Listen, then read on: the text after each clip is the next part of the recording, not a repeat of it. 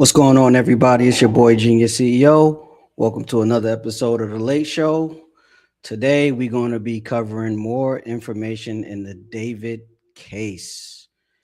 Prosecutors finally got his charges in order. We're going to be seeing what they charged him with. I got some videos queued up with ABC News, and we're going to be going through that together. Thanks for tuning in. Make sure you like, share, and subscribe and all that good jazz. Let me get this set up. Let me see what's going on. Yeah. Pop singer David is facing first-degree murder charges in connection with the death of Celeste Rivas Hernandez. Oh, what's that? Hold on. What's that about?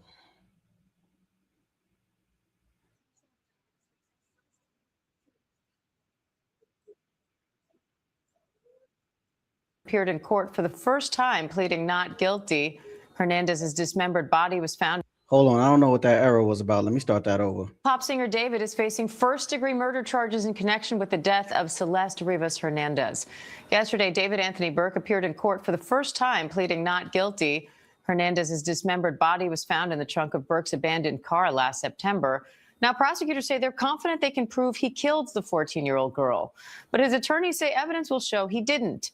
ABC's Trevor Alt has the latest. Harrowing new accusations against popular singer David, now charged with first-degree murder and sex crimes in the death of a 14-year-old girl. A parent's nightmare is a situation. I'm glad they added sex crimes to that because we wasn't hearing that at all. They were just concerned with the murder. So I'm glad to hear that they added sex crimes because this creep definitely need to be held accountable for that. Where your daughter goes out one night and never comes back. The LA District Attorney says the 21-year-old, whose real name is David Burke, had a months-long sexual relationship with that young girl, Celeste Rivas. Investigators believe he killed her after being concerned either Rivas or a third party would report it, and he wanted to protect his status as a rising star. Investigators say last year, April 23rd, Celeste Rivas went to David's house in the Hollywood Hills, and that was the last time she was seen alive. According to the charging documents, he was allegedly lying in wait to kill her and used a sharp instrument as a deadly weapon. So he lowered her to the crib and then used a sharp weapon, usually a knife or an ice pick, ready to stab this little girl. September 8th, 2025, Ms. Rivas's dismembered and badly decomposed body was discovered in the front trunk of Mr. Burke's impounded Tesla.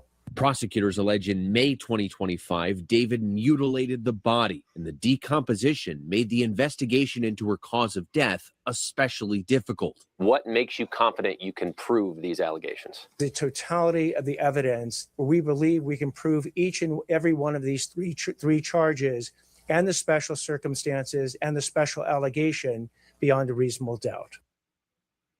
And Diane, David's attorney claims the real evidence in this case. What's sad is this little girl is not going to get a proper burial because her body is already decomposing. And that's gruesome. That's just some gruesome. Yo, Polo, what up, bro? My nigga. What up, my G? A month long? Oh my, yeah. She was in there a month long. Yeah, yikes. It's crazy. Yeah, I hope he's in jail. We need him to do prison. That's what he needs. Jail is different. He needs to go to prison, Polo. Allegedly, yeah. Nah, it's looking like he did that shit. It's looking like he did that shit. For sure. This will show he did not murder Celeste Rivas and was not the cause of her death. But if convicted, David could face life in prison without parole or even potentially the death penalty. Diane. Trevor Alt, thank you. And ABC News legal analyst Brian Buckmeyer is here for more. Hi, Brian. So the DA is adamant they can prove Burke murdered Celeste Rivas Hernandez. What do these charges of first-degree murder and sex crimes tell you about the potential evidence they have? Good morning, Diane. I'm really focusing on these murder in the first degree charges because there are three separate special circumstances. One, that David is Nah, bro, you got to be focused on all that, man. She was 14. You got to be focused on all that. All that matters. Don't just focus on the murder. We know that. He was inappropriately engaged with this young girl. Alleged to have been lying in wait, 2, that he did this for financial gains, and 3, that he did this to silence a witness. And when you put those 3 together as a narrative and you heard the presser, what they're arguing here is that because of the relationship that David had, I believe he was 20 or 19 at the time, in which Celeste was alive when she was then 14, he's with a minor. And the allegations are that. And that's my question, BTMB 88. What business do he have with a 14-year-old girl? Like, because when we first heard about it, they was bringing it up, but they wasn't bringing it up like it was the crime. Like that's one of the major crimes, and then it led to her murder. So that's weird behavior, bro. That's weird behavior, man. And nobody ever, you know what's crazy? BT, no one like thought that was strange. They still allow him to tour and all that. We gotta call, as men, we gotta call this stuff out. You feel me? Oh, it's Breeze. Yo, pimping ice cold. What up, my guy? I'm gonna drop the link. If you want to come up after this segment. We could talk about it on stream. I could drop the link for you, B. For real. And my guy Polo is watching too. He be doing the raps. He be doing the raps. For sure. Yeah. For sure. But it's sad, bro. That could have been like our little cousin or our little sister. You feel what I'm saying? Like that type of behavior got to be dealt with. David committed this crime not only to hide the fact that he was having this relationship, that's that witness part, but also to save his career, because the obvious assumption is if this was public, he would have lost everything. That's that financial gain part. And then lying wait is the one really intriguing to me, because that tells me the prosecution has some level of information to say that David somehow lured Celeste into an area, waited, and then sprung some sort of trap on her, causing her to be murdered. That's very intriguing to me to see what they have, especially after this very long investigation. Brian, the motive part of that, they're alleging that he killed Celeste because she was threatening his lucrative music career. How difficult do you think that part will be to prove? And what happens if... I think that part going to be easy to prove, because after she allegedly passed, bro started performing with a silver casket in front of the stage, right? That's evidence right there. Bro releasing songs on her birthday and all that. That's evidence right there. I think he used her death to enhance his performance. And I think that's how they're going to prove that he used it for a profitable gain, for sure. They can't. Yeah. So I'll kind of answer in backwards somewhat, Dan. If they can't prove it, then that type of special circumstance murder gets dismissed. But there are still the witness aspect and the lying in wait. So they could still succeed, them being the prosecution. Yo, Polo, right before I got online, Cuff Boys, on the next video I'm about to review with this, Cuff Boys said they have a possible murder weapon. It's a black knife that he took a picture of in his hand. So he got pictures of him holding the possible murder weapon. And upon examining the decomposed body, they found stab wounds. So it's a possibility. It's a possibility they have a murder weapon. And what they're trying to do. Or at least pictures of it. But if they can't show a financial gain, if they can't show some sort of digital forensics, whether it be a text message or a communication between either David and Celeste, or David. Bro, they should have TikTok stories, Twitch streams, because she appeared on one of his streams or 2 of his streams. You know what I mean? That footage been circulating since the story dropped too. So all that, I think all of that is admissible. I don't know how California going to do it, but I'm pretty sure all of that would be, where'd my mouse go? I'm pretty sure all of that would be admissible, for sure. Yo, Breeze, I was thinking the same thing. But now that we know that there was a secret investigation, because obviously someone went to the cops and he was messing with this young girl. So I think he just tried to get rid of the, like mob style. He tried to just like off her, it's done. And then he used the murder to enhance his performance, because I think one of his hits was romantic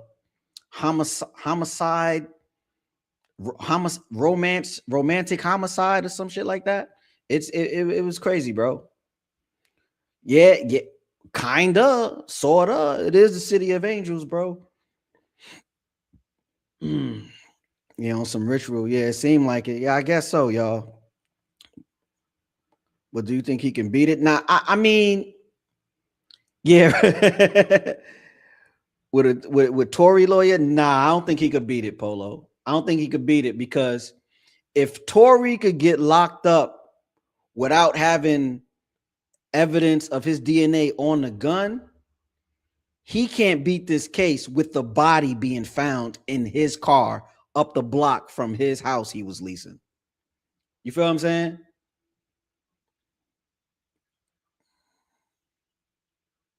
Nah, he got some, he got enough. You know what I'm saying? He got enough. Apparently this dude was a big deal in that emo crowd. Yeah. So, it's too much evidence that lead to him. And even if he don't get the murder, he's going to get with the messing with the minor. You feel me? But I think they going to pardon that to make sure they get him on his murder, because she ended up in the trunk, bro. The frunk. She ended up in the front, bro. Oh, damn. The death of Celeste Rivas. Inside of a trunk, inside 2 different plastic bags, her body would be heavily decomposed. But if they can find anything in terms of toxicology or any kind of injuries on the bone fragments that were still found, and then have some sort of corroboration with a witness, like someone close to David who said, yes, he did X, Y, and Z, that information, that corroboration could be very damning for David's case. Brian, the DA says they could seek the death penalty, but they'll. Yeah, Breeze. In the frunk is crazy, bro. In the front is crazy, because them Teslas ain't got no engine. So that big compartment in the front, she was in 2 bags. She was in half. You feel me? She was in half. Somebody gotta pay. Somebody gotta pay, and I think it's gonna be this dude, bro. Determine that. I think him and anybody that knew he was messing with her should get punished. Later, what goes into that decision, and why not make it now? Yeah, so the fact that we have these special circumstances along with the murder charges, that lying in wait, the financial gain, the going after a witness, that allows them to upgrade a murder from life in prison without parole to the death penalty. Ooh. America love to upgrade them charges. They like to upgrade them charges. They said they could upgrade it to the death penalty. You feel me? So they aiming for the star. So even if he take a plea, he getting life without parole.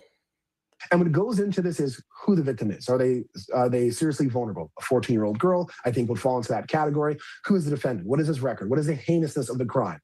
Dismemberment of a body, talking to the victim's family, who I'm assuming would want the harshest of punishment. Having that conversation and evaluating the case is what goes into this, and they'll determine, not today, because they like to take their time and kind of dot their I's and cross their T's, but sometime later on in the days and weeks and potentially months, as to whether or not they seek the death penalty against David. All right, Brian Buckmeyer, always great to have your analysis. Like, yo, real talk. Real talk, y'all. I don't know what type of friends this guy got, because I can't be around no dude who's messing with a teenager, bro. A minor at that. Like, she not even 18, bro. So I don't even understand how was she even on your radar. You feel me? Like, that's sick. I know the age difference is only like 6 years, but like, as you become a man at 18, the laws are different for you. For you. You feel me? She's 14 years old, bro. That means she was off limits from the rip. From the rip, she was off limits. And we gotta call out niggas who be preying on these little girls, bro. You know what I mean? On another stream, we gonna have to talk about the women are feeling unsafe. They trying to batch all men into this unsafe group. We gonna have to talk about it. You feel me? But yo, look, I got this other video with Cuff Boys. He gonna break down David's plea. David pleaded not guilty, and he's gonna break down the actual paperwork and all that, so we can see that. Let me get that ready. You feel me? He gonna break it down. I love Cuff Boys. He got me through the Young Thug trial. So as I'm reviewing this case, I'm going off his word because he be on point. I like him in lead attorney. But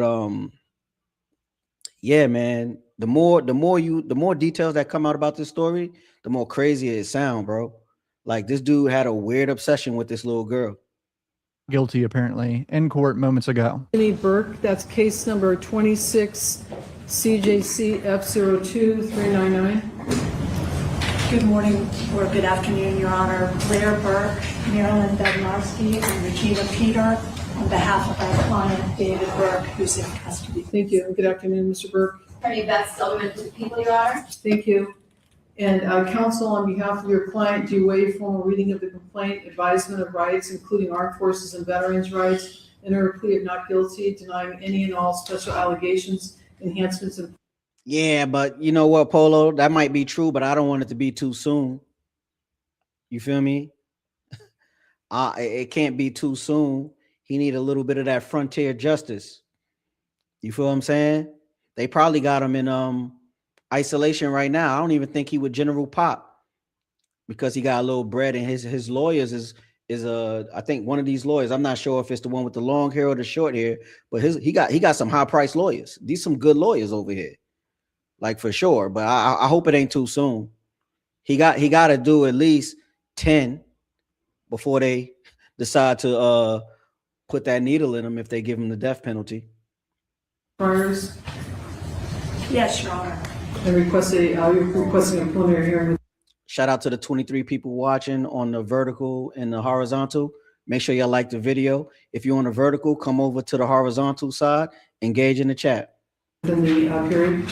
Yes, Your Honor. From the media He looks pissed. reports, apparently there have been 4 months of secret grand jury proceedings. We believe that Mr. Burke is entitled at the earliest opportunity to an open preliminary hearing and the proceedings not be done in secret. So we are asking. So he want to know what people were saying. That's part of the discovery, right?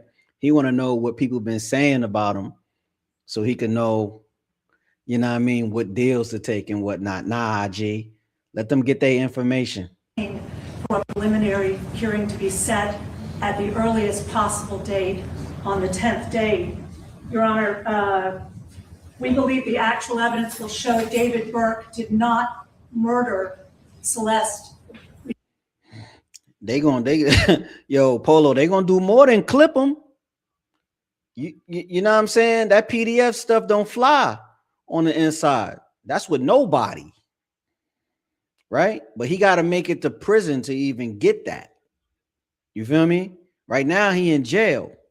He might be in an individual cell or in solitary confinement in the box because he's considered high profile, right?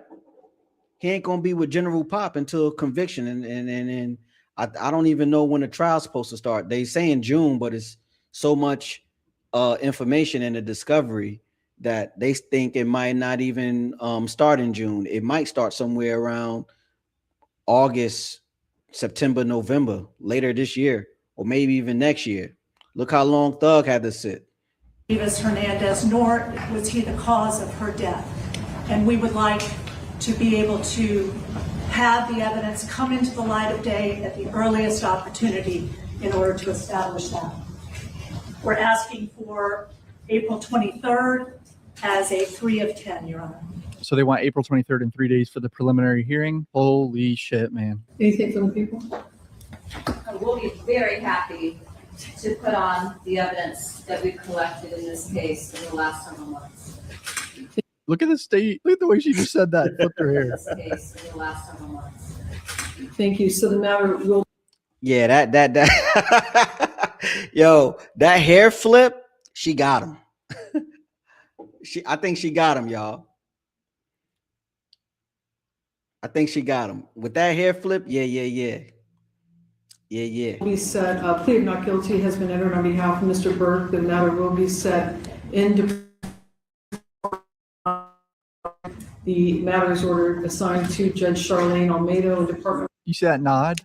In Department 105, the matter is ordered assigned to Judge Charlene Almeida in Department 105 for all purposes by the judge of the supervising judge of criminal. Yes, Your Honor. If I may just put on the record, we have, as soon as the people arrive, delivered a. Like, who is he nodding to? Like, who is he nodding to that could be in like okay with the fact that a minor was found in his frunk and that he was messing with a minor? That person need to be brought in for questioning. Informal discovery request consistent with Penal Code Section 1054. We have been So they want discovery, obviously. Given almost no discovery thus far. We've received a 3-page follow-up report, no autopsy report, and a copy of the complaint. And we would ask the people respectfully to. That autopsy going to be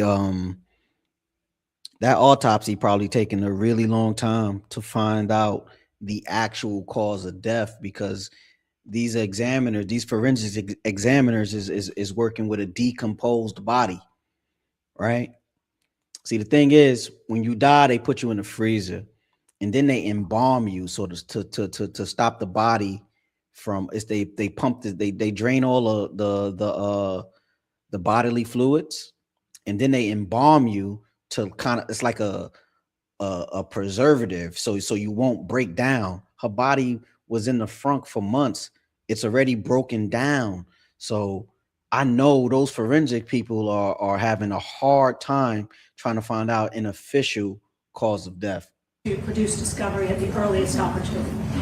Your Honor, as I indicated to counsel, there's approximately 40 terabytes of discovery in this case. 40 terabytes? Is that just digital evidence and shit? It's probably pages and pages of text messages, email bullshit, Facebook, Instagram, like Snapchat. Moreover, in order to 40 terabytes is a lot of data. 40 terabytes, that's way more than just Instagrams and texts and all that. That's video. That's a lot of video. So they probably going to be scrubbing through his streams when he's playing the game, his streams when he's just doing the music stuff on Twitch. 40 terabytes is a lot. To obtain the transcripts from a grand jury investigation, counsel has to file a motion. She knows the way the system works. I'm not able to gather those. They have to be provided after the court orders them released because it was an investigation. Second of all, if counsel plans on going to a preliminary hearing within the 10 days, it is unlikely that there will be very much discovery provided within that period, given the voluminous nature and how long it's going to take to copy onto drives. In addition to that, the coroner's report was sealed in this case in order to prevent it from hampering. So, Polo, to answer your question, I think his best case scenario would be a speedy trial, because ain't no way they're going to be able to search through all those 40 terabytes of data in no 10 days. You're going to have like the whole law firm on that. And that's likely impossible because everybody else got all these other cases. 40 terabytes is a lot, but then a speedy trial might hurt them because he still don't know what evidence that the prosecutor has access to.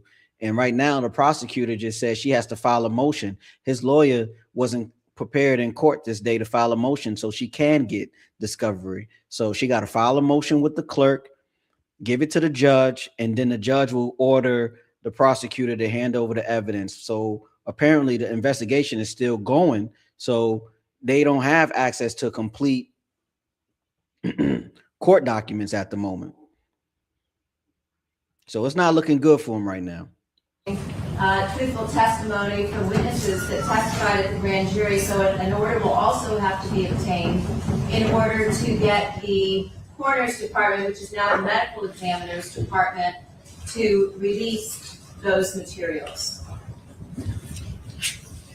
Your Honor, it's surprising news given the district attorney's office held a press conference this morning where they discussed the cause of death. Apparently, his lawyer is really lawyering right now, right? They did have a press conference. That was that first video we just watched, but the lawyer is playing the media game right now. That's smart as a defense attorney. Under seal and not released by the coroner's office, as did the robbery homicide unit to the press. So we would again reiterate, we believe that Mr. Burke is entitled to discovery. We have served the people with notice. They have 15 days to produce discovery in this. This is intense. This man taking this shit to trial. And if he does, she's smug with it, Polo, cause she knows she got him. That's what that hair flip was. You know how chicks are when they flip their hair. That's like that was before they was doing this, right?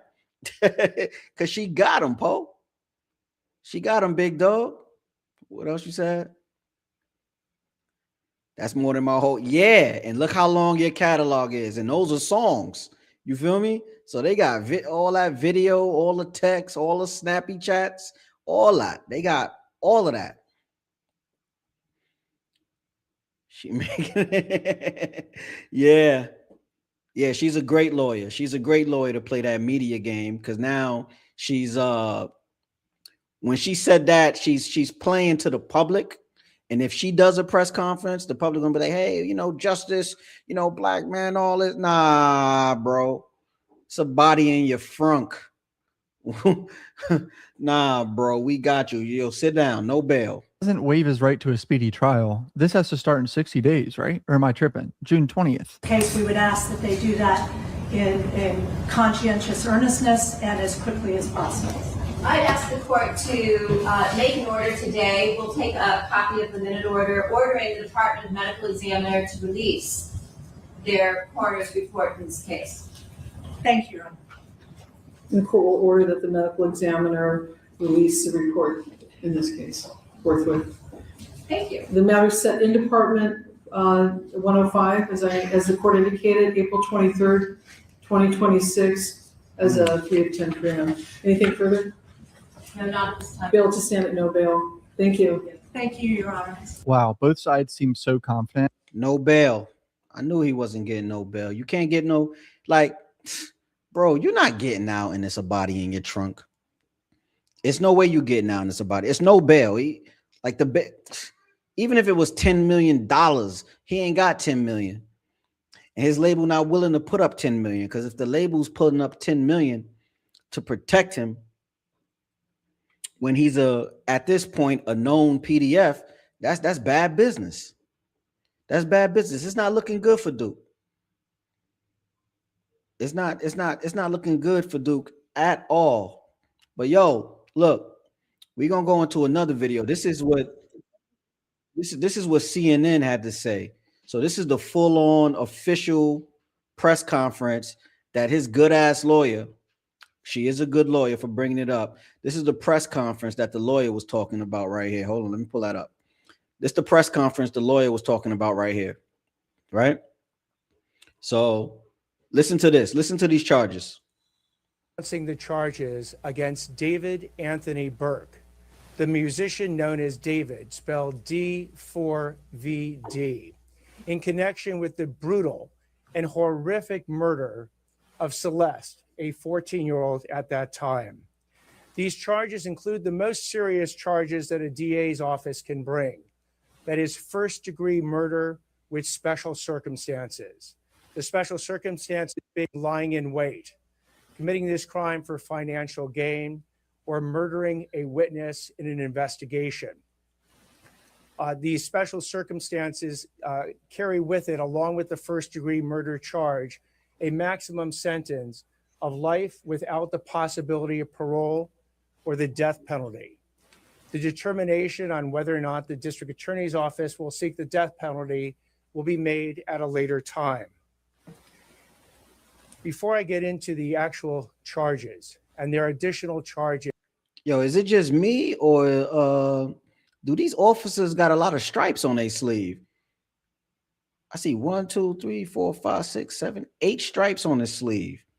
God damn, how long he been a cop? He got 8 stripes on the sleeve and 4 stars on his neck.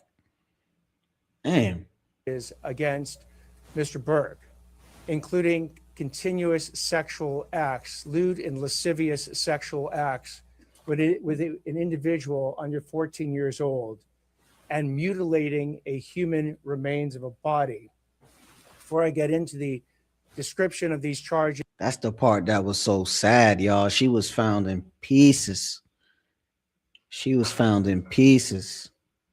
And their seriousness, I want to look at this as a parent. I am a parent of 3 children, and a parent's nightmare is a situation where your daughter goes out one night and never comes back. As we will show in a court of law, and what I also want to make sure about that the understanding of these charges is clear, is my description of these charges is not evidence that we are going to present in court. These charges, in fact, will not be evidence in the court. Evidence will be the witness testimony, the documents, and different types of admissible testimony that we will admit into court in the prosecution, and if it leads to the eventual trial of Mr. Burke, to convince a jury of 12 people beyond a reasonable doubt that each and every one of these charges is true, as well as the special allegations and circumstances that have been alleged. Now, back to this being a parent's nightmare. On April 23rd, 2025, as been alleged by the complaint, Celeste, a 14-year-old at that. yeah, it is egregious. It is egregious. Yeah, they got witnesses, and the witnesses already testified before a grand jury. You feel me? Niggas know he was with a minor. Niggas know. Yeah, yes, he's cooked. It's over. Like, I heard 3 main charges, bro. You know, inappropriate behavior with a minor, right? Dismemberment of a body, and then the murder. Either one of those, you going in. You going in. Off rip. You going in. I dropped the link in the chat too. If y'all want to get up, just cam up and click the link in the chat. I'm going to continue. Time went to Mr. Burke's house in the Hollywood Hills. She was never heard from again. On September 8th, 2025, as alleged in the complaint, Miss Celeste remains, her dismembered and decomposed remains were found in 2 bags inside of a front trunk of a car registered to Mr. Burke. Thereafter, yo, think about this, man. Y'all remember the original Mummy? Well, not the original. Well, I guess the one from like 1998. Remember when they found the mummy and they was like, "Ugh, he's still decomposing." This little girl was decomposing in a frunk in California. You know how hot it is? Remember, the car only got reported because of it, the smell. The smell was so bad that they had to tow the car. That's nasty. Began an investigation. The investigation was to determine who killed, who murdered Celeste months and months before.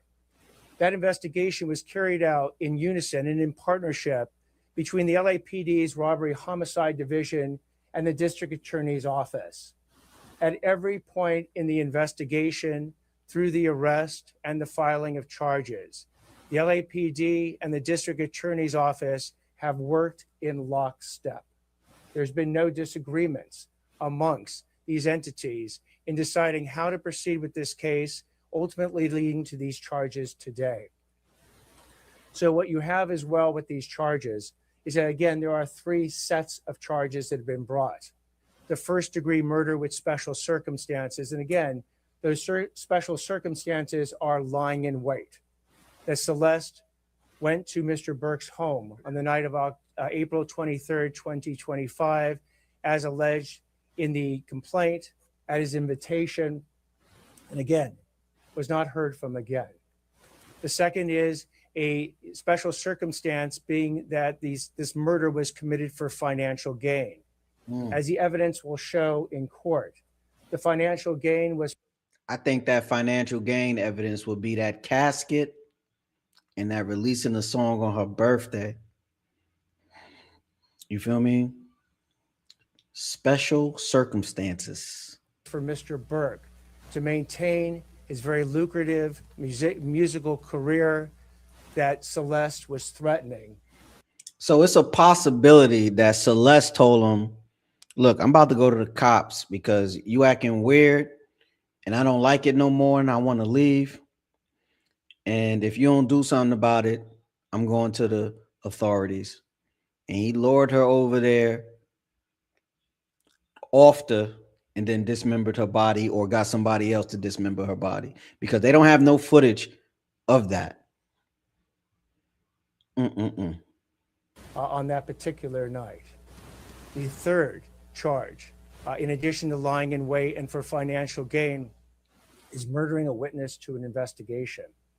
In this particular case, as the evidence will come out in court, the witness to the investigation was Celeste. And see, that means they was already investigating him dealing with a minor. So that means somebody already went to the authorities about it, which is good. You know, I think he would have had a better chance beating that charge in California. You know how they moving with this map business.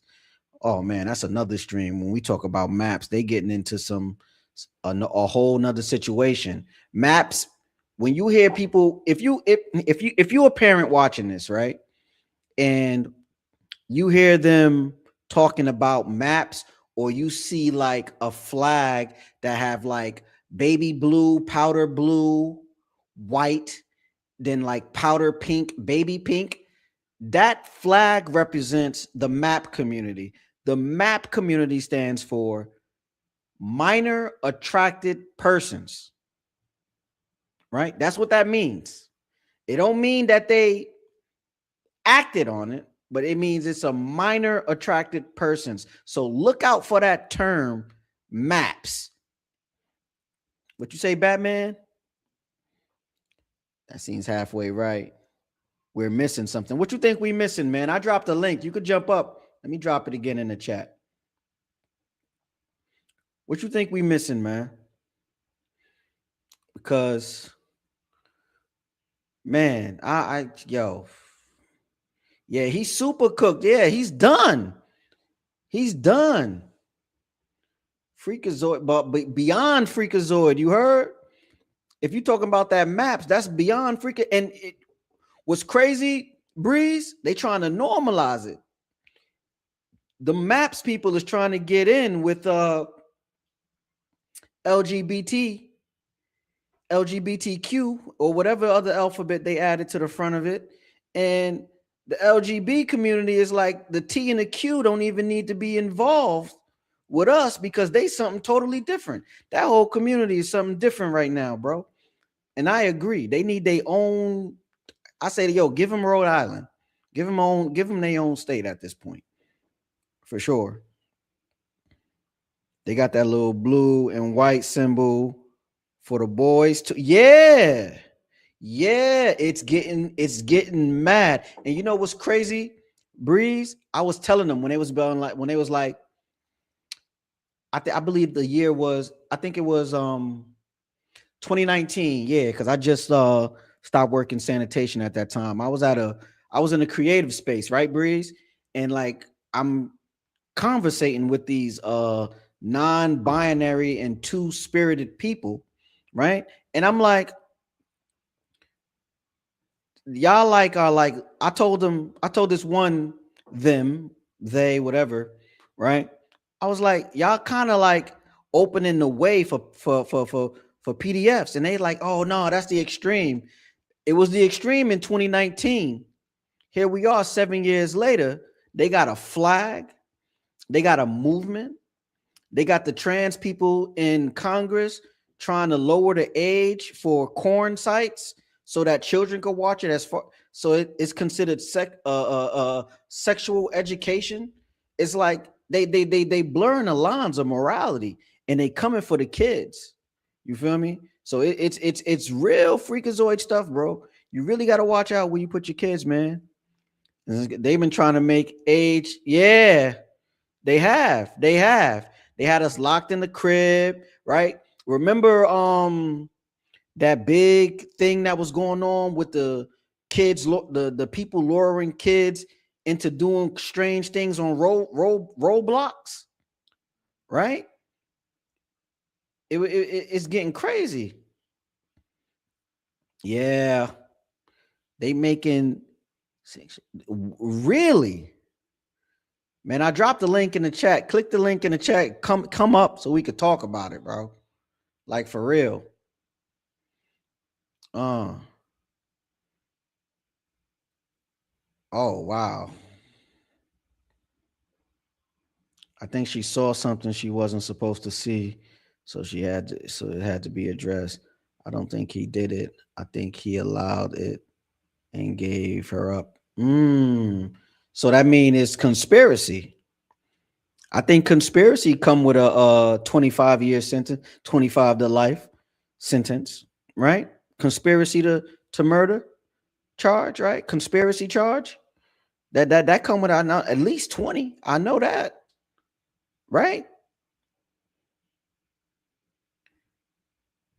Yes, sir. Yeah. So he got to do something.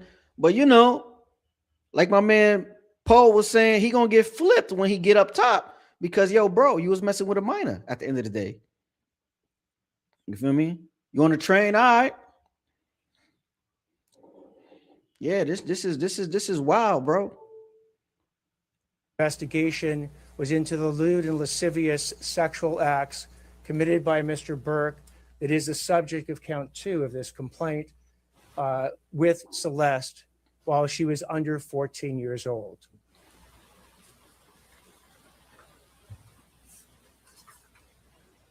I had the chance to meet with some of the family members of Celeste, and their grief is incalculable as to what happened to their daughter.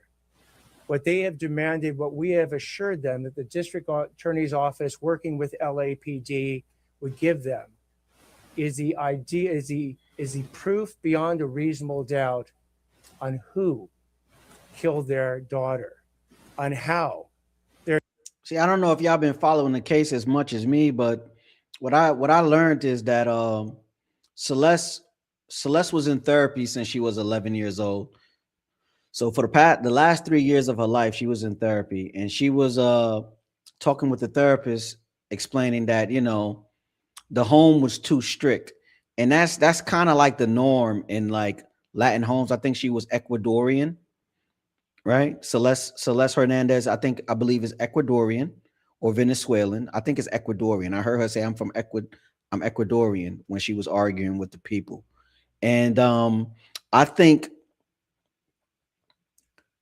it was too strict, and like David gave her like this facade of being around him was a safe place. You feel me? So I don't know. Yo, what up, Bat Works? Thanks for tuning in, man. I appreciate you, brother.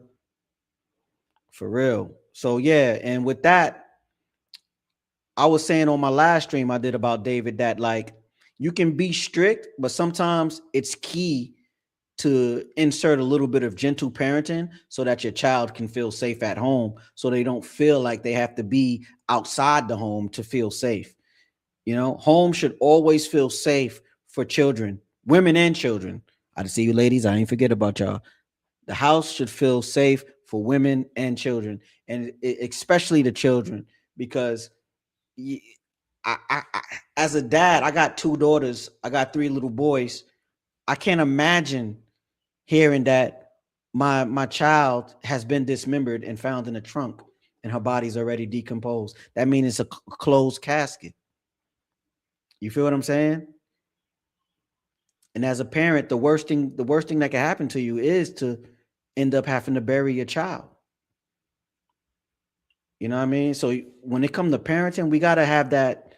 We gotta perfect that delicate balance of discipline and then like safety. It's difficult for some, but then it's a major component that has to be inserted into every household, unless you want the city involved. And trust me, you don't want that. Your daughter, especially California, was killed when their daughter was killed, and bring that killer to justice.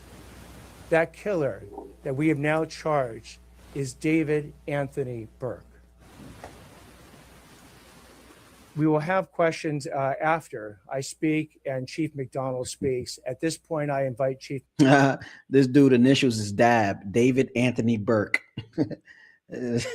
McDonald to speak. Thank you very much. Good morning, and thank you all for being here. I want to begin by expressing my deepest condolences to the parents of Celeste Rivas.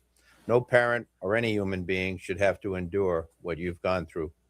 Today, alongside DA Hockman and our partners at the LA County District Attorney's Office, and thanks to the tireless and hard work of our investigators at the LAPD, we're announcing the arrest and prosecution of David Burke for the murder of 14-year-old Celeste Rivas.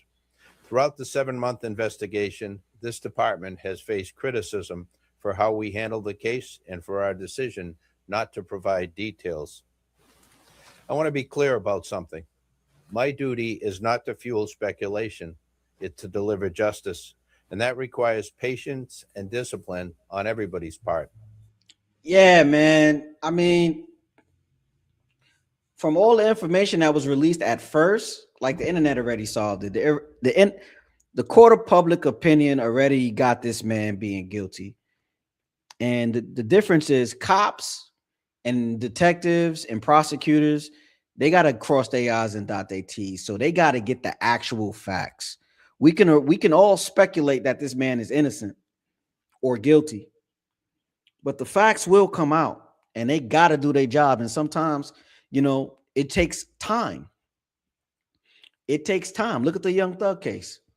They had all the rap lyrics and all this stuff, and they had him in jail for like 2.5 years or 2 years. And then they still ended up botching the case, right? It's you got to let them do their work. We've been spoiled with these social media and this instant gratification. We got to let the cops do their job, bro, for sure.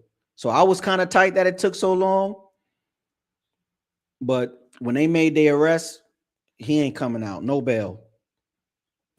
This investigation was driven by a single purpose: to secure justice for Celeste Rivas and for those who loved her. We had to be certain that nothing we did or said would ever jeopardize this case.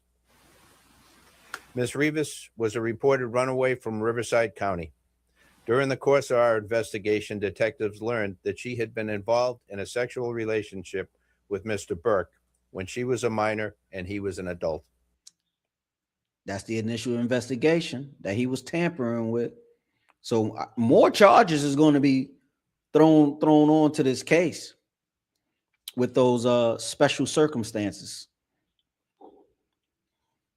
because witnesses already done testified to the grand jury. On April 23rd, 2025, Ms. Rivas arrived at Mr. Burke's home in the Hollywood Hills. That's the last time she was known to be alive. On September 8th, 2025, Ms. Rivas's dismembered and badly decomposed body was discovered in the front trunk of Mr. Burke's impounded Tesla. From that moment forward, our investigators faced an extraordinary, difficult, and complex case.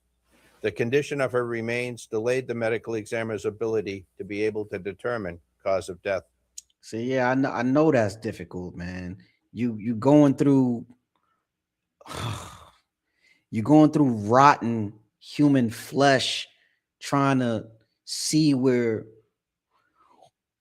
wounds are, and you gotta like test it, and you gotta be very careful so you won't damage it. So every piece that you examine gotta be handed delicately, and it's smelling, and it's I know they had a hard time. I know they had a hard time. They probably got a lot of overtime pay working on that too. They probably gonna need therapy after working on that. The substantial amount of time that passed between her death and the discovery meant that crucial evidence had degraded or disappeared. And as detectives worked to uncover the truth, they also had to sift through and debunk a great deal of false information circulating publicly. These challenges were real, and they required patience, precision, and an unwavering commitment to the facts. Despite these obstacles and despite intense public pressure, our Robbery Homicide Division detectives remained steadfast in their duties. They recovered and analyzed a substantial amount of digital and forensic evidence. They stayed focused, disciplined, and committed to uncovering the truth. Their work, in close collaboration with the District Attorney's Office, has brought us to this moment today. I want to thank the District Attorney and his team, as always, for their partnership. This case demanded coordination, persistence, and a shared commitment to justice. Also, thank you to our media partners for showing up today and for sharing this important message with the public. And finally, to Ms. Rivas's family, we cannot undo the pain you are feeling. Our hope is that today brings some measure of accountability and a step in the journey toward healing. Please know that the Los Angeles Police Department remains fully committed to seeking justice on behalf of your daughter. Thank you. So at this point, we'll take questions.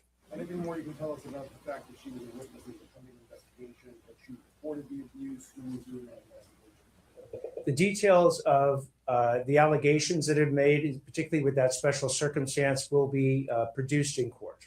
Do you believe the difficulty it was to determine both the matter, cause, and date? So with respect to the coroner's report, we will be seeking quite quickly to provide an order to the court that now allows the coroner to release that report to the public.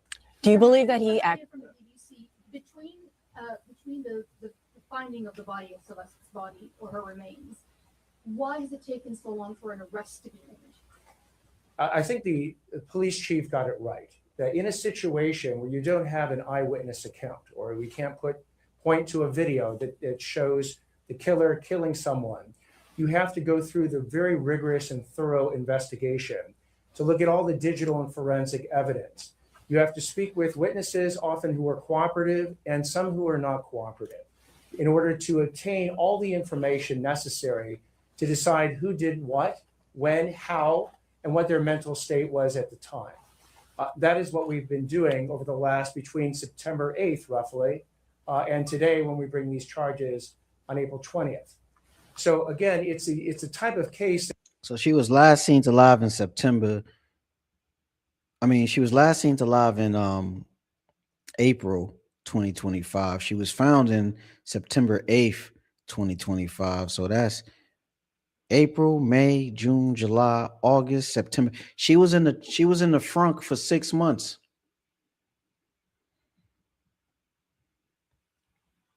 She was in the frunk for 6 months.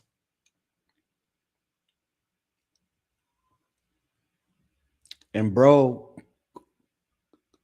put together a whole new show set and continued to tour. Bro don't have no humanity, man. Now I understand why the women are scared. That you want to make sure you get maximum information. And by the way, if there's anyone out there that has material information about this particular murder or any other actions taken by Mr. Burke, please come forward to the Los Angeles Police Department, come forward to the LA County DA's office, and report that information. Mr. Hochman, there are other people who were aware of this relationship. Is it possible that you will be arresting other people within his circle? And did he act alone in this death? That was a great question. That's the question that's on the back of everybody's minds. That was a great question. Again, with respect to whether or not there's any other individuals or we're going to take any other actions, you will know about them if we do, but at this point, I'm not commenting. Do you believe that you know how she was killed beyond it being homicide? The actual cause of death? The coroner's report will be released shortly. Because it is not currently released, I'm not going to be commenting. But was it determined, not that, if you won't say what it was, but has it been determined how she was killed beyond it being homicide? The coroner has made a determination on how Celeste died, and at the point that the coroner's report becomes public, we'll be able to comment. Was there a specific breakthrough last week? Is there? I think that's what they was waiting for. They was waiting for the coroner to say how, because they already got the body, right?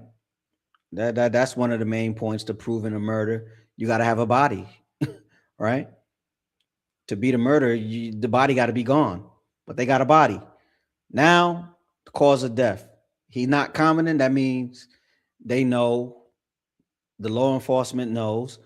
We just saw the lawyer ask for that documentation, right? And I think we'll be hearing more on the 23rd. But that lady asked a great question before this dude. Physical evidence that ties David to this murder? There is physical evidence and there is forensic and digital evidence that we intend to present in court to prove these charges beyond a reasonable doubt. So within your investigation, and just to his question, are you able to tell us exactly what the smoking gun is? And also, if you can address the issue of his visit to Santa Barbara, and that, how does it connect with the murder? So with respect to the actual details of the evidence we're going to be presenting in court, I'm not going to do that today. As far as the concept of a smoking gun, the smoking gun is the totality of the evidence that we're going to bring to prove any case, whether it's this case or any case, beyond a reasonable doubt. So An investigation is ongoing. If information comes forward on any with respect to any additional. I think the fact that they're doing a press conference about this right now, that they got enough evidence to like put this man away for a long time, right? Because we still don't know what the witness testified and said. We already know he's been messing with the girl. There's a body in his car. Now they got the cause of death coming from the supposed cause of death coming from the coroner. And I think that's why they're doing a press conference before they did this discovery in court. But yeah, man, that's sad. We're gonna stop sharing that right now, man. Some sad stuff. Yeah, man, prayers up for the family. We got to protect the kids.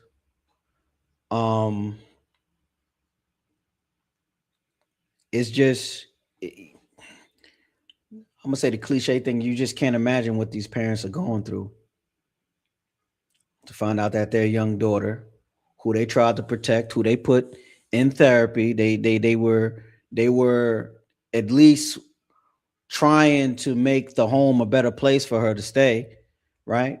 It even got out that the mother was even sleeping in her room to prevent her from running away and spending days and weeks with David at a time. So, her mother and her father is probably feeling just terrible right now. Just terrible. But look, I'm gonna pivot into something else because last week, these New York streets has been wilding. They have been wilding in New York, but our mayor, Zoran Mandani, the self-proclaimed Democratic Socialist, this one's for him. Allahu Akbar. He will claim that the streets are safe. We don't believe you, bro. The streets not safe. Yo, come check out all this crime with me in New York City.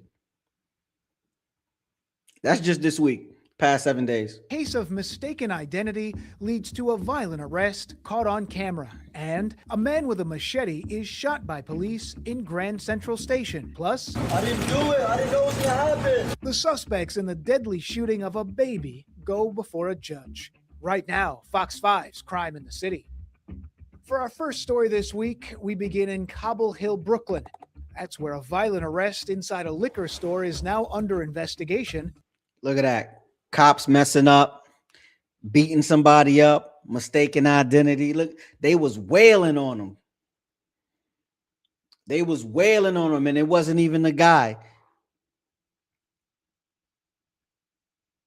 AD don't be believing me when I was telling him that the New York City police be bugging. Look at this. Mistaken out. They was look at them. After police said the incident stemmed from a case of mistaken identity. And you know, the mayor commented about this yesterday on X. Today, he did take questions. You will be hearing from him in just a moment. But first, the man who was seen in that video being beaten and punched by a... He got him by he throwing haymakers. He trying to put him to sleep. They swinging him in the doors and all that. That's not even the guy. It was the wrong guy. Yo, I'm laughing because it's like being from Bed-Stuy, you will see stuff like this all the time, bro, but it hardly ever make the news, bro. He was wailing on him. He throwing straight NyQuil at dude. Two NYPD detectives. His name is Timothy Brown. I am told that there is a civil rights organization that is currently working with him to secure a lawyer. And at some point, he and his legal team will be speaking to the media. But go ahead. Yeah. He got the civil rights movement behind him. He about to get that bread. He about to get that bread. Gold about to be raining for them skies with this dude.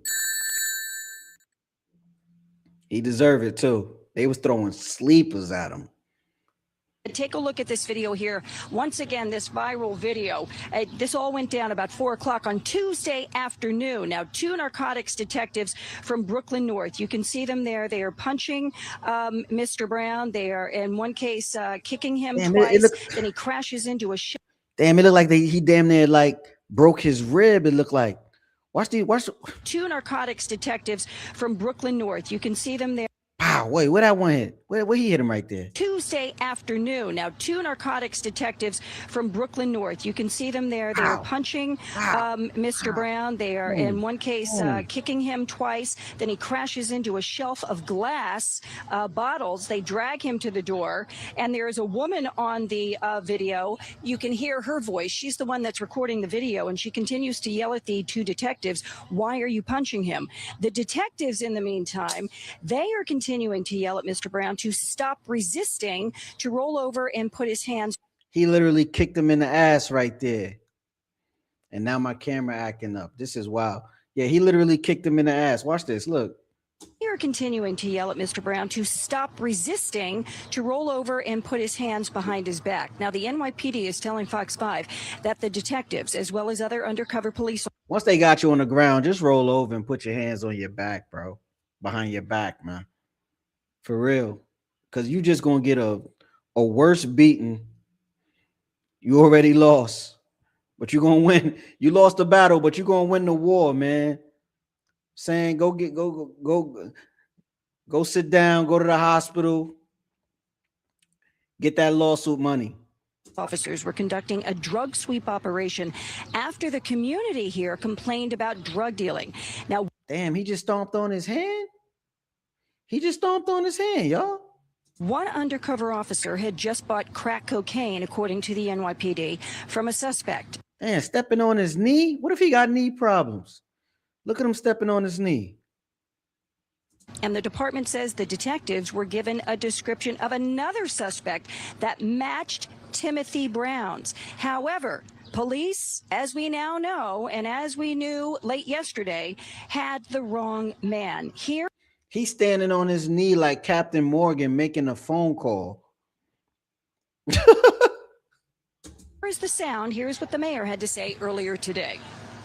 I've shared my thoughts on the fact that it is not only incredibly disturbing, but also unacceptable.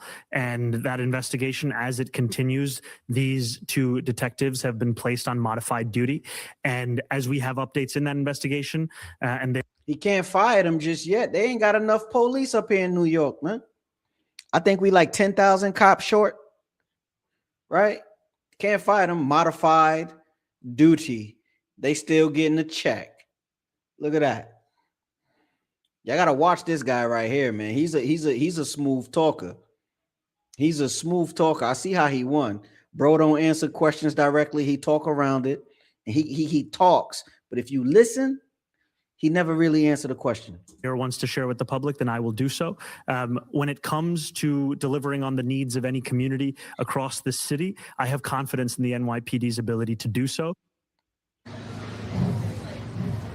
And also today, I interviewed a retired NYPD lieutenant who is also a criminal justice expert. And he was telling me he has seen the video. It's about 7.5 minutes long. He watched it.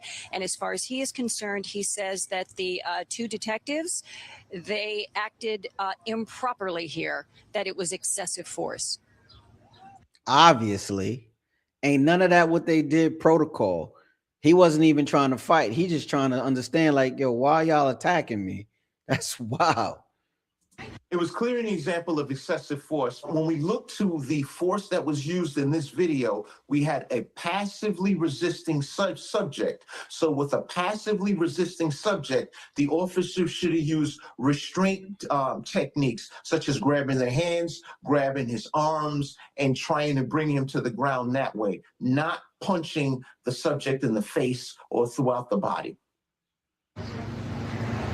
All right, now, as we have known since yesterday, the two detectives placed on...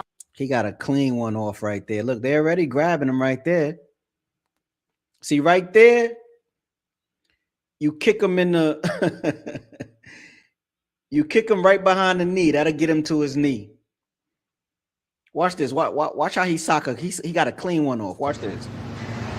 All right, now, as we have known since... Right there, he got him. Clean. He got one right there, clean. Watch it again. Or throughout the body. All right, now, as we have known since yesterday, the two detectives placed on modified duty. Their badges and their guns have been taken from them. But people here in this community, they want the two detectives fired. Dr. Porcher, who you just heard from there, Dr. Darren Porcher, is telling me that is very unlikely to happen. He said what is more likely is that they will lose vacation days or be placed on disciplinary probation for a year. But he says they will probably not lose their jobs. He said no vacation for you. They ain't losing their job. They still getting a check. The New York citizens, us, we still paying them. But they ain't got no badge. So what they doing? They doing desk work. That's desk duty. They probably writing parking tickets. We now travel to St. Albans, Queens, where a 15-year-old boy was shot in a playground and later died. So we're told this shooting happened inside of this playground right here behind me, and police are still working on getting to the bottom of who was behind. 15-year-old shot, right? Y'all think new gun laws is going to stop criminals from getting guns? I'm pretty sure the person that shot this 15-year-old didn't own that gun legally. So what is a new law going to do? Right? That's why certain gun laws don't make no sense. I want y'all to go look into what they doing in Virginia with the gun laws. They trying to ban, they trying to legislate your magazine size, and they don't want you to get assault pistols. Assault pistols is an AR without a fixed stock. So like Dracos, that's considered a pistol.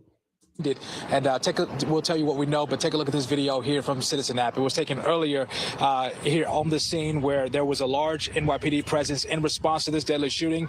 It claimed the life of a 15-year-old boy. As images show, police tape wrapped around the entrance of this playground. And so far, police have not identified the teen victim hit in the incident, but they report around 6:15 he was shot in the chest. He was taken to Jamaica Hospital around 2.5 miles away from where we're standing. And doctors, despite... I lived in Jamaica in 2024. Jamaica Hospital be packed. I had a toothache,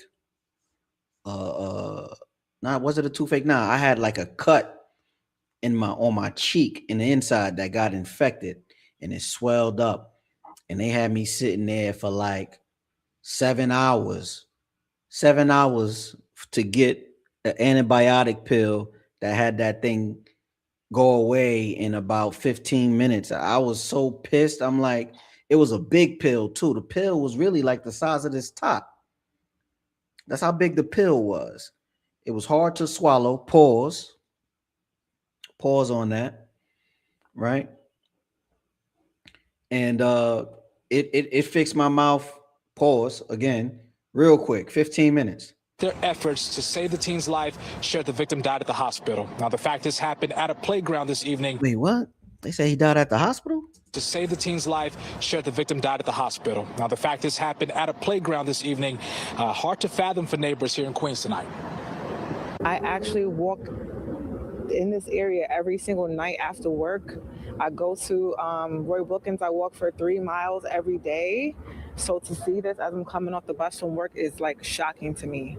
Like there's never any activity out here. Like with the kids are just playing. They're not like fighting or anything like that. So to hear that somebody has been shot is just like a complete shock. Now, sis, I want to know what part of Jamaica, Queens she from, because when I was out there, they was letting it off. You know what I mean? People be capping when they get in front of these cameras. Last year, they was letting it off. Right? They had the niggas over there catching pigeons, serving you goddamn chicken over rice. It was wild over there when I was over there in 2024. We've been here. We've seen investigators less than an hour ago carrying out evidence from. I ain't even like taking the train. I just stayed my ass in the house because I had to get off at Jamaica Center. And you got the weed niggas upstairs, right? Still trying. They be there all day. You'll leave. You'll go to Jamaica Center. Say you were there at 8 in the morning and you come back at 11 at night. Them same niggas is right there all day. That mean they ain't get off no pack. That mean they weed was trash. From the playground, it sits on the intersection of Merritt and Baisley Boulevards. Police sources, they tell Fox 5 that there were a lot of people here at the scene, and they called it chaotic at the time of the shooting, while it's unclear whether there were more children here located at the park. But so far, police don't know who is responsible. They're trying to get to the bottom of that. Down in Grand Central, a man was shot and killed by police after slashing 3 random people at the busy transit hub. Those 3 victims, all of them seniors, are recovered. What you say, cases? Facts. So you know. So you know, right? That's a fact. Like Jamaica Center is terrible, bro. All around. It's just all around terrible. Covering tonight after that wild morning underground that sent strap hangers into a mass panic. It all ended with that man armed with a machete being shot dead by police. We'll show you Citizen App video that came into us a little while ago, taking moments. I ain't gonna front. That Citizen App be keeping you alert. Like I know everything that's going on in my little neighborhood over here in the Bronx right now. I know everything that be going on. It's crazy. Robberies, police catching suspects, guns being found, shots being fired, house fires. Citizens App will have you taking your blood pressure medication for sure, because they just let you know everything. The Queens Boulevard Terminal is yes, it is. It is that stop right before Jamaica. The stop right before Jamaica Queens. That's the one you're talking about? Oh, that means you was over there. You was over there by the airport. Yeah, man. Jamaica Center is just the worst. After that shooting and all of it unfolding inside busy Grand Central Terminal. Cops say it was around 9:30 this morning when 44-year-old Anthony Griffin boarded a Manhattan-bound 7 train from Queens. When he arrived on the platform, he took out his machete and slashed an 84-year-old man. Then he went up. How you get a machete on the subway? That's how you know it ain't enough cops, because there used to be cops like standing at the turnstile, and if you look suspicious, they'll give you a quick search. They used to have the message, bags would be searched. Any type of carrying container could be searched, randomly searched at any moment. It's like they stopped that. They must have lost the budget. Upstairs to the 4, 5, and 6 platform and attacked again, this time shouting Lucifer over and over again as he slashed a 65-year-old man and a 70-year-old woman. When cops arrived, this bro was out there. Bro was out there slashing senior citizens. What that old lady, old man, what them old folks do to you, bro? Police Commissioner Jessica Tisch says they repeatedly asked Griffin to drop his machete. When he advanced towards the officers, they fatally shot him. The individual refused to comply with at least 20 orders to drop the knife. Officers also attempted to de-escalate and offer assistance, saying, "What's that, Cases?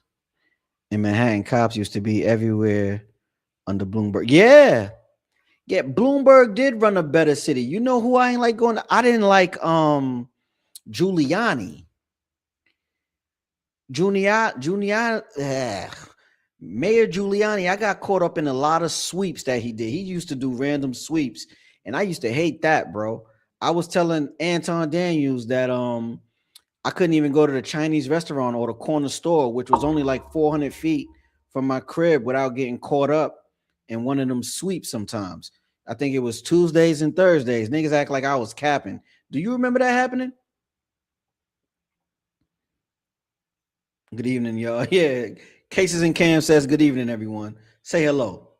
Yo, thanks to everybody watching. Make sure you like, share, and subscribe to the channel. Hit the like button. Those are free. If you got a little extra money, Red Bull, Cash App's at the top. I would appreciate it. Get this ready. "We are going to get you help." He then advanced toward the officers with the knife extended. One officer discharged his firearm, striking the perpetrator twice. Officers immediately began performing life-saving measures. Yeah, things went south after Bloomberg for sure. What was the other guy after Bloomberg? The what's his name? Bellagio. Yeah, Mayor Bellagio. That was all right, but I guess I didn't get to experience his New York City because I was working the night shift, sanitation, 14 hours every night, 6 days a week. So I was only out in the daytime. So I ain't have to deal with public transportation, man, during that time. That was during the first Trump administration. Life was good. Everything was on auto pay. I remember those days. The individual was transported to Bellevue Hospital and he was pronounced deceased. This is a photo showing the suspect, now being identified as 44-year-old Anthony Griffin, carried away on a gurney. This was after officers were told tried to revive him. Witnesses who work inside Grand Central say they watched as passengers came running out of the subway, some of them screaming and calling for help. Cases, you never got caught in the sweep? I've been stopped and frisked. Okay, yeah, me too. I've been stopped and frisked a lot between 2003 and 2005. Those were the 2 years where I didn't even like just being outside, because that was when the D started rolling up in like these regular unmarked cars. Like it could be a Toyota 4Runner and 4 big dudes in Miami shirts that just pop out with a bulletproof vest under it and frisk you. I remember one time I had a foldable knife that was about that big when it was folded, and about that big. Hold on, let me get the camera. And hold on, it was that big folded and that big unfolded, right? And I remember they felt it in my pocket, and they said, "We ain't worry about that knife. We want the guns." I said, "I ain't got no gun, bro. I wear this knife. I carry this knife because you know it's crazy out here." And they let me go too. They ain't even like run my ID or nothing. They was really just looking for guns. I guess a robbery just went down, and I had on you remember we used to wear the North Face with the fur. So you know we all had that, you know, the black and all that. After that, I started getting the orange ones, safety colors, make sure they could see me. There were like like screaming and this yelling. If we saw like a family of like little kids outside, we would like hurry up and open it and make sure they have like no weapons or anything and they could like stay in. And we just assured them like, guys, just because of protocol, we're gonna keep you guys in here. If you want to go, you can, but it's safer you like staying here until the cops tell us otherwise. Mayor Mamdani putting out a statement following this. Hold on, let me see. Oh yeah, you walking out of nowhere. The whoop whoop. Yep. Sometimes they ain't even whoop whoop. You know what I hated more than the whoop whoop? When they just jump out with guns drawn. Right? They used to just jump out with the guns drawn and the badges wasn't even visible. They wouldn't pull out the badge until they had you up against the wall, like you're back against, literally, you're back against the wall, and then they pull out their badge and start asking, like, where you going and all that. They used to use some harsh, intimidating tactics during those times. Very stressful to walk around the streets of New York City at that time. Saying I'm grateful to the NYPD for their quick response and for preventing additional violence. The NYPD is conducting an internal investigation and will release body-worn camera footage as it does in all incidents involving the discharge of an officer's firearm. Governor Hochul also saying she was grateful to the officers who acted quickly to stop that suspect. We're told the MTA has now reopened the 4, 5, and 6 lines. They were bypassing trains for quite some time today, but now the trains are running again. Anthony Griffin had 3 prior arrests. Again, we're told tonight. Yeah, cases. I think they did that to see if you would draw. I think they was out for blood. You feel me? I think they only did that to see if you would draw. Because if you, like, you know, our gun laws are strict, and usually everybody don't have, like, you know, concealed, let alone a permit for ownership. We definitely didn't have the concealed to carry permit, because that is like extremely hard to get out here, right?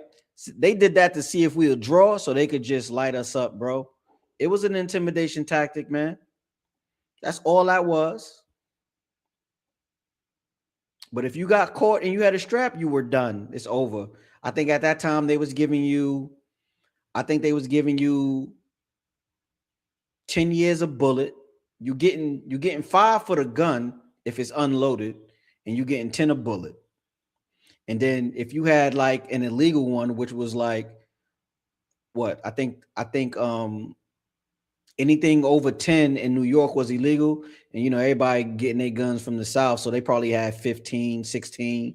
Like it was crazy. They was giving out football numbers. Those victims are all expected to fully recover. Up on the Upper West Side, an NYPD officer on horseback chased down a suspected purse thief, and it was all caught on camera. The suspect in a purse theft thought they could outrun a police officer, but he was no match for the cop's partner. Stop! Please stop! Stop! Stop running! Bro caught him old fashioned, huh? He caught him on horseback. That's crazy. They say, why you ain't get away? He was on a horse. All right, the officer's body cam here showing what it's like to ride through city on horseback, under scaffolding, through ladders. Kind of a crazy scene here. The suspect just could not shake the police horse who was hot on his trail. Bro could have been in the John Wick movie. He allegedly robbed a woman on 72nd Street, and with the help of witnesses, they were able to apprehend the suspect and return the purse to its owner. Look at that. Good old-fashioned citizen's arrest. Told you extensively about a 7-month-old baby who was killed during a shooting in Williamsburg. This week, the suspects in that case went before a judge. Alleged baby killer accomplice Matthew Rodriguez thought he could outrun the law, but today he was forced to face the full weight of the criminal justice system. He was brought before a judge on murder charges, and on the way to the courthouse proclaimed his innocence. Here's what he had to say. Matthew, what'd you have to say to the family? I didn't do it. I didn't know what was gonna happen. She was 7 months old. What'd you have to say to the parents? It was not my fault. I didn't pull the trigger. I didn't do it. I didn't know it was going to happen. It's not my fault. I didn't pull the trigger. Yo, bro, they got you on camera picking up the drop gun and jumping back on the bike. You going to jail? Where my sign? Where my button at? Hold on. I got a button for that. Jail. Slow jail. Jail. Suspect Matthew Rodriguez, 18, went before a judge today in Kings County Supreme Court. He was arraigned on multiple murder, attempted murder, weapons possession, and other charges in the April 1st deadly shooting of 7-month-old Kaori Patterson Moore. The infant was struck by a bullet to her head while sitting in her stroller. Oh, damn. I know she got hit. Well, damn, a baby getting hit anywhere is bad, but she got hit in the head. Little baby girl. No gun law is going to stop that gun from being on the street. And these stupid niggas just be firing into a crowd. Like they can't even shoot. Like, what were you shooting at? How did you hit a baby in a stroller? Who were you shooting at? No women, no children. Remember that? That was gangster. No women, no children. You hit a baby in the head, bro. That's yo. I hate niggas. I love black people. Honest, hardworking, law-abiding black people. Niggas like you make me sick. Niggas like that. He was allegedly busy on the run trying to cover up his crimes. This morning, the NYPD added charges of witness tampering and obstruction. He pleaded not guilty through his lawyer and is being held without bail. The judge denied that request. NYPD detectives took the alleged shooter. I guess that's just like protocol for lawyers to ask for bail. He was implemented in a crime where a baby got hit in the head with a bullet. Ain't no bail for that, bro. He should be on Rikers Island right now getting beat up daily. They need to take him to the section with the gladiator school. That's where he need to be. He need to be in gladiator school. 21-year-old Amuri Green into custody immediately, but circulated this wanted flyer for Rodriguez. Look at him. That's him driving the bike. That's him driving the bike. And I think this clip is him trying to ditch the outfit. Yeah, jail. Police say he was on the run for days, but eventually tracked down by NYPD detectives and the U.S. Marshals Fugitive Apprehension Task Force in Pennsylvania. He was extradited and brought to the 9-0 precinct. And despite Rodriguez telling the cameras today that he was innocent, the Brooklyn DA says there is plenty of evidence to prove otherwise. Here's what he said. The theory is that they acted together to commit this crime. He assisted by driving him. Hold on, y'all. I'll be right back. Hold on. I'll be right back.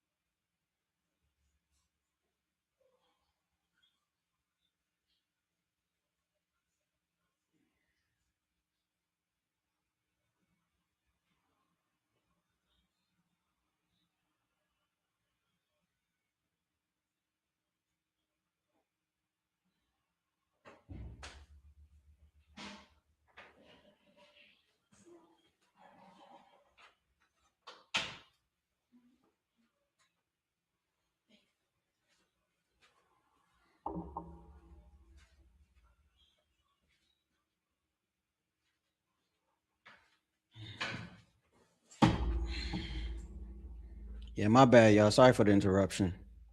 He assisted by taking off after the shooting. He assisted, but after the crash, he picked up the firearm. That firearm has not been recovered. We know that the other defendant was injured and was left on the ground, and he eventually went to the hospital. That gun wasn't. Oh, so they discarded the firearm, huh? That's a crime right there. Discarded firearm, tampering with evidence during the investigation. Yeah, y'all both gonna sit down for a while. Somebody gonna do that 25 for that murder. And it's looking like light skin gonna snitch. Obviously, light skin didn't pull a trigger, but give him 20. Give him 20. He could hold 20 for that. Even though you ain't do it, you were the driver. Go sit down for 20. Give him a good 20. On him. So where is that gun? Now you can see the memorial here at the scene where baby Kaori lost her life. It continues to grow. People still very sad and grieving about this situation. As for the shooter, 21-year-old Amuri Green, he's expected to be in court and be arraigned tomorrow afternoon on murder and other charges. And both of the two suspects, if they're found guilty, are looking at the possibility of multiple lifetimes behind bars. And finally, we end out on Long Island, where a 15-year-old boy was killed and 2 others were injured in a shooting at Eisenhower Park during a gathering, police say. Now, I'm going to give Mondani some credit. This one not considered New York City. It's still New York. But this don't count towards New York City. Was tied to the Bloods gang. Police telling us that the the Wolves was out there? The Wolves? What the Wolves do? Bloods gang used Eisenhower Park last night as a meeting place. Now, the park is open to the public, but over in Field 2, where the shooting took place, there is crime tape up in one section there, and police still here at the scene. Now, according to police, it was just before 8:30 last night when 911 calls started to come in of shots fired inside Eisenhower Park. 3 people were shot, including a 15-year-old boy who was killed. Police committed another 15-year-old? Like, why do you? This is why parents didn't want us to go outside. But like, my homies never was yeah, I mean, we've been around shootouts, but none of us got hit. I guess we was more aware of our surroundings, man. Niggas be having their head down in their phone too much. You know what I mean? Like, another 15-year-old hit. Commissioner Patrick Killed. Oh no, I can't say that word, right? Unalived, right? Crazy how they policing speech these days. 15, damn. Ryder says this was a gathering for Bloods gang members. He says an invite went out on social media to show up here for a so-called barbecue. The group was grilling when police say an argument broke out between 2 individuals and then shots were fired. Police arresting 2 people here at the scene who they say were armed with guns. But it was basically an invite for Blood gang members.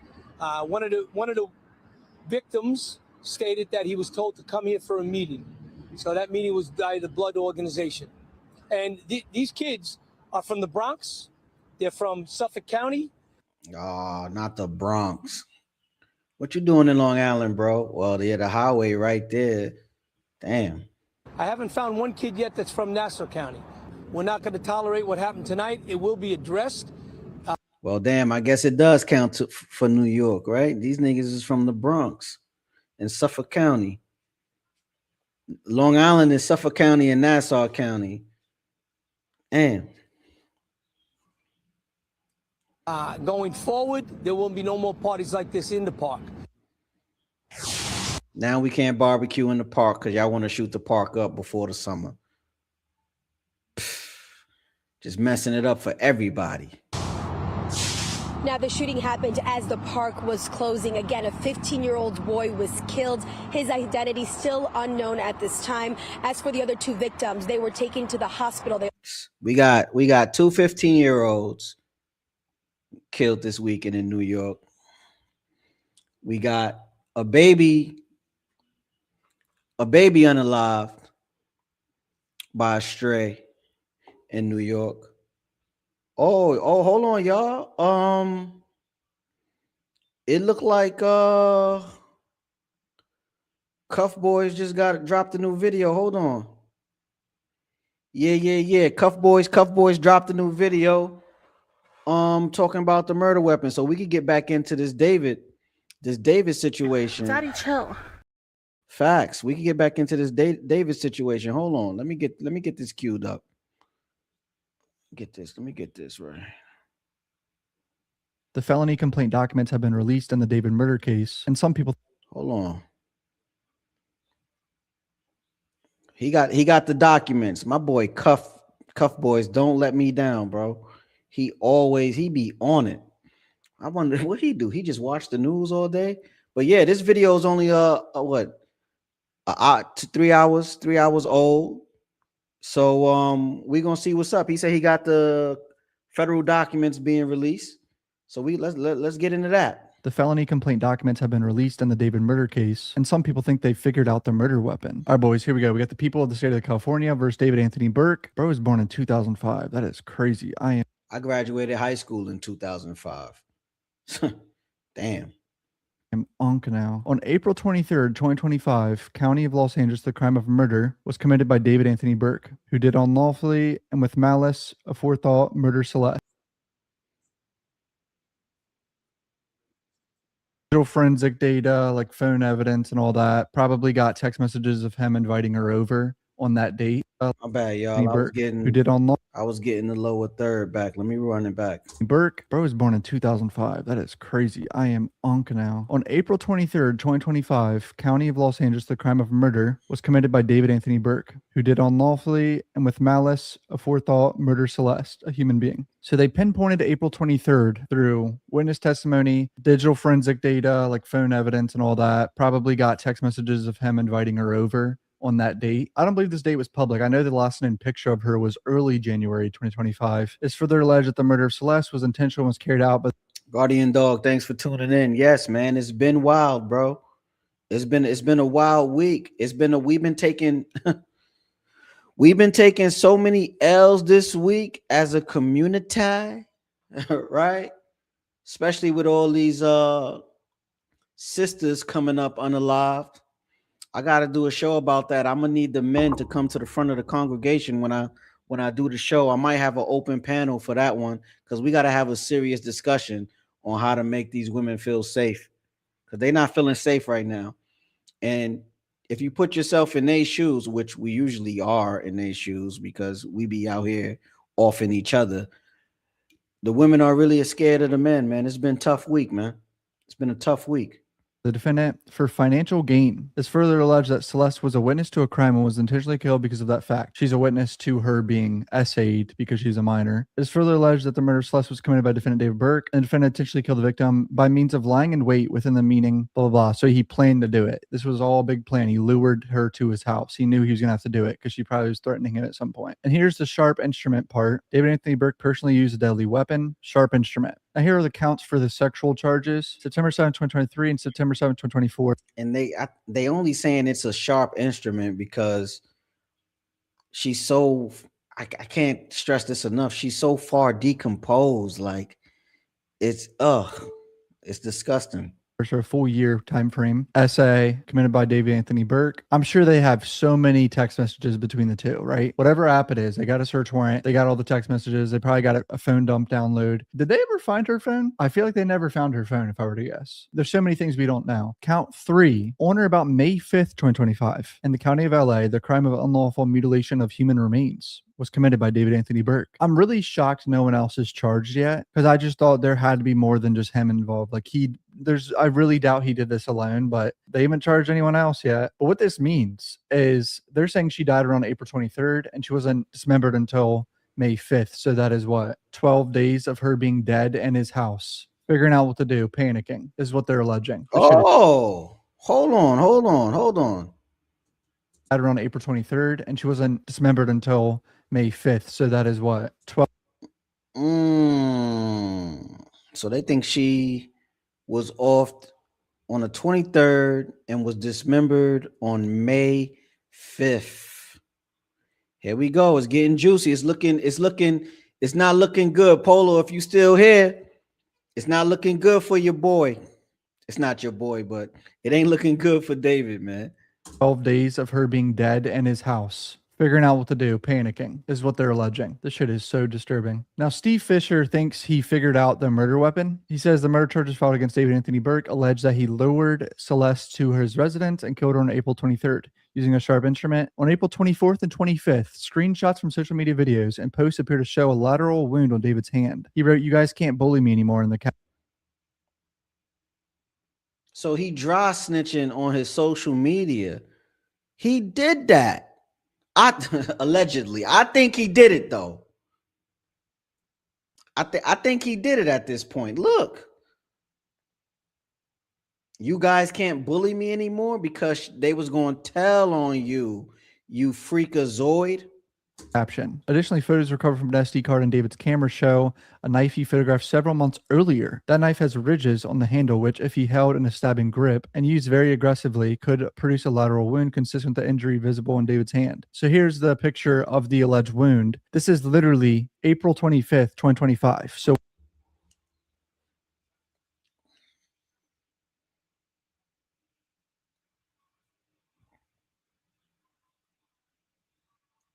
Bro posting and showing the wound and laughing. Look, he wasn't laughing in court when we just saw him.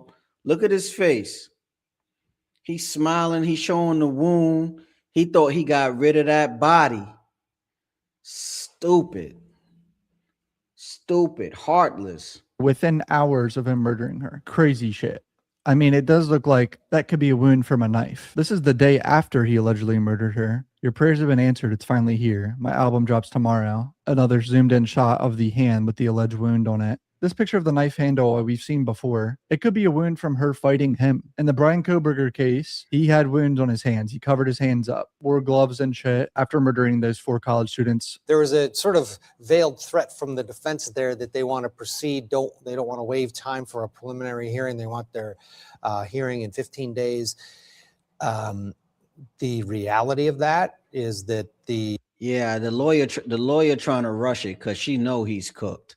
But she, she got to do her job. Her job is defense. She's no Annalisa Cunning from the movie, from the show, How to Get Away with Murder. Wow, and he's really trying to get away with murder. It's funny how art does this, man. What you said, brother? Let me see what was that last one? Hold on, this thing's jumping around. Yeah, he more than a clown. He's stupid. He's stupid. He's straight up stupid. He passed clown. He's stupid. That's why. What do you mean you don't agree with me? Daddy, chill. This nigga is dumb. Then he gonna hide the body in the trunk. He's stupid. He deserved to rot in prison. The discovery is not going to be ingested by them before the prelim. Yeah, it's too much discovery, even if they get it. I think he is going to waive his right to a speedy trial. I think there's going to be too much evidence for them to have to go through. And Rose, how that trading going for you? You ain't check in for that trading. Check in for that trade. I want to know how if you doing good, if you figured it out. How you doing? Good evening. Thanks for tuning in.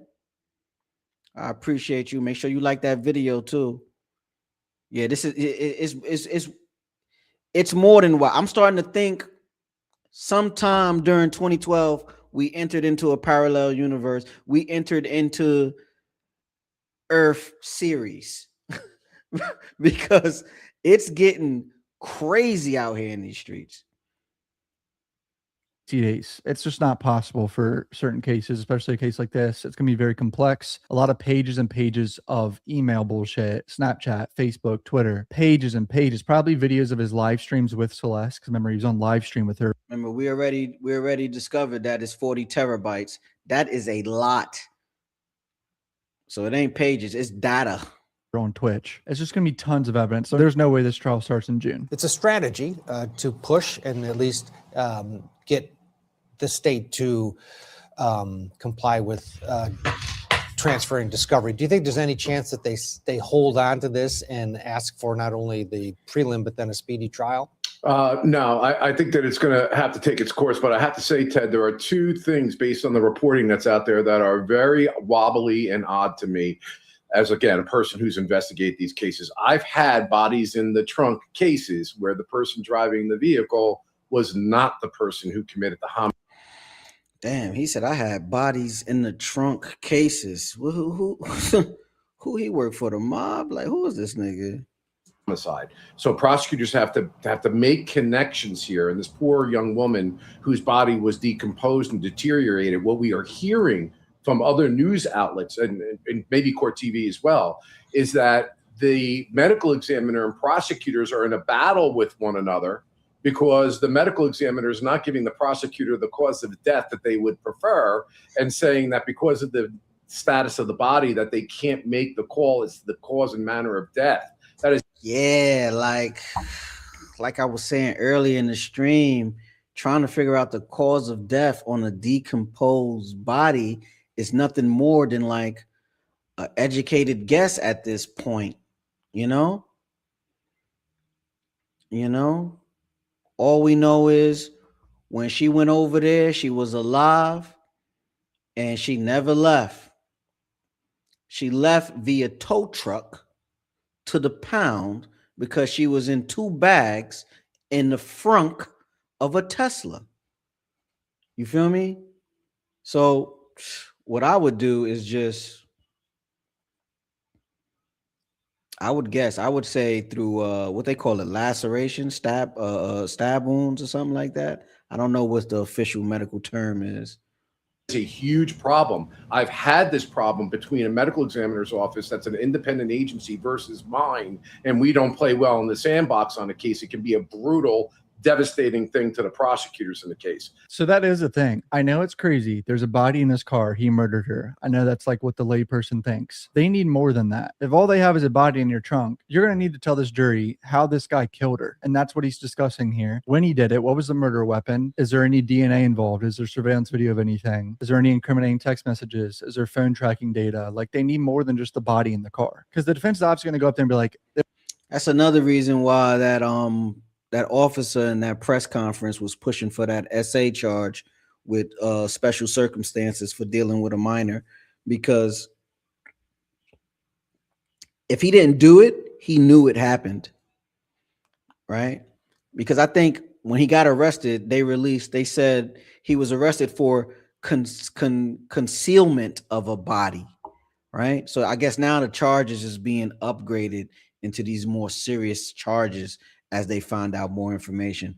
But in 2 days' time, we're gonna know what it really is. it wasn't David that did it. It's someone around him that did it or some shit. Like, they're going to point to someone else. Just add that reasonable doubt. All you need is doubt, remember. And these murder trials, it's all you need. Me here is that there was a grand jury investigation that was in the process, I believe, for a number of months as it's being reported, and that the police filed the charges here rather than finish the completion of the grand jury investigation that's going on, which may mean that the police and prosecutors are on opposite sides of how they feel this case should be unfolding. Something strange about that. As a prosecutor, chief law enforcement officer, usually you're in control. If something like that happens, it tells me there's trouble in paradise. Just two little tidbits to look out for, some inside baseball here as to that this may not be a slam dunk for prosecutors. Something wobbly in my mind is happening. I'm really focusing on these murder in the first degree charges because there are three separate special circumstances. One, that David is alleged to have been lying in wait. Two, that he did this for financial gains. And three, that he did this to silence a witness. And when you put those three together as a narrative and you heard the presser, what they're arguing here is that because of the relationship that David had, I believe he was 20 or 19 at the time, in which Celeste was alive when she was then 14, he's with a minor. And the allegations are that David committed this crime not only to hide the fact that he was having this relationship, that's that witness part, but also to save his career, because the obvious assumption is if this was public, he would have lost everything. That's that financial gain part. And then lying in wait is the one really intriguing to me, because that tells me the prosecution has some level of information to say that David somehow lured Celeste into an area, waited, and then sprung some sort of trap on her, causing her to be murdered. It's got to be text messages inviting her over on one of these apps, iMessage, Instagram, Snapchat, Discord, some shit. They have to. I think they got to subpoena the individual companies to know which one, and they got to have Celeste account names and stuff like that. I think the internet did a great job already finding her accounts, but then I guess like when you change your name, well, all they I hope they got her device, or through her cell phone carrier they could get like an IP address or something like that, and then submit it to these said Discords and Snapchats and Instagrams to pull that data. Because if it was on the web, it's there. You just have to know where to look. Have evidence of him talking to her and inviting her over that day. In LA, they had record high heats in August. I think even just a few days before her body was found, it was in the triple digits in temperature. inside of a trunk, inside 2 different plastic bags, her body would be heavily decomposed. But if they can, I actually remember this. I'm in the LA area. It was hot as fuck in August. I remember this few days here that he's talking about. Wow. Find anything in terms of toxicology or any kind of injuries on the bone fragments that were still found, and then have some sort of corroboration with a witness, like someone close to David who said, yes, he did X, Y, and Z, that information, that corroboration could be very damning for David's case. Yeah, so the fact that we have these special circumstances along with the murder charges, that lying in wait, the financial gain, the going after a witness, that allows them to upgrade a murder. Well, there you go. We got a possible murder weapon, right? She was found in his car, right? He was messing with her when he was an adult and she was a minor, right? Now it's just up to the DA to prove this in court, man. Like, I don't know. I mean, it sounds pretty straightforward, but you know how the law works. It's all spooky language, witch language, and stuff like that. But yo, that's my show for the night. Thanks for tuning in. Make sure y'all like, share, and subscribe to the channel. I hope y'all enjoyed the commentary. And this is CEO. I'm signing outie.